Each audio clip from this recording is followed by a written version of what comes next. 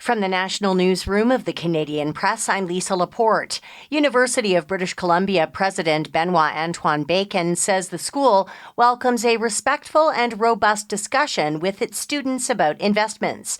Bacon says its endowment fund doesn't directly own any stocks that are the target of divestment demands being made by pro-Palestinian protesters who are camping out on the school's Vancouver campus.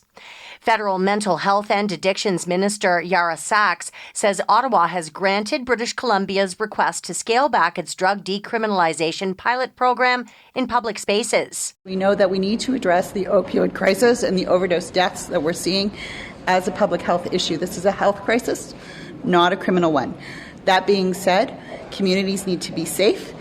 People need to have confidence that in their own communities they can move about freely and feel comfortable. B.C. Premier David Eby and his NDP government were looking to recriminalize the use of illicit drugs in public spaces like hospitals and parks, following widespread concern from the public as well as some police and nurses. India's envoy to Ottawa says Canadians need to rebuild the country's brand as a destination for bright minds. High Commissioner Sanjay Kumar Verma says bogus schools are undermining the role Indian students in Canada play in helping both countries advance their technological knowledge. When these students come from India, many of them come from poor family. Their parents would sell their lands and farm and animals for them to come here. And when they are duped by unethical outlets, I am not calling them universities or colleges, educational outlets, that creates quite a sensation in India. Canada's international student program has come under intense scrutiny after a sharp rise in study permits in recent years, leading to the federal government implementing a 2-year cap on foreign student admissions. Western family brand milk chocolate and yogurt-covered pretzels have been recalled due to possible salmonella contamination.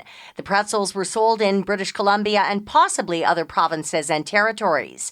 And the Boy Scouts of America is changing its name for the first time in 114 years. Emerging from bankruptcy following a flood of sexual abuse claims, the Boy Scouts of America will now be known as Scouting America. Roger Crone is the group's CEO. I think it sends this really strong message to everyone in America that they can come to this program, they can bring their authentic self. The change also comes as membership is at historic lows. Part of my job is to reduce all the barriers I possibly can. The organization, steeped in tradition, has made seismic changes after decades of turmoil, from finally allowing gay youth to welcoming girls. I'm Shelley Adler. This is the Canadian Press.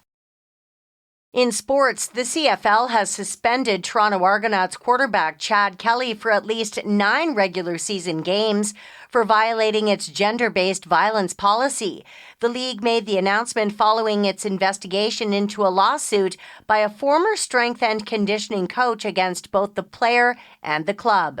Toronto FC takes on semi-pro CS St. Laurent in the opening leg of a 2-game Canadian Championship quarterfinal tomorrow. Toronto coach John Herdman says he's expecting a tough test. Long story short, this is a team that will cause problems. And from what I can see, the pitch is 64 meters. So you're going into those sort of fields. We've done that before in the past, where we've had maybe a qualitative disadvantage playing for Canada and tightened the pitch, and it's difficult for opponents. From the Canadian Press, I'm Lisa Laporte. Thanks for listening. Don't forget to follow and subscribe. For more of today's top stories, visit thecanadianpressnews.ca.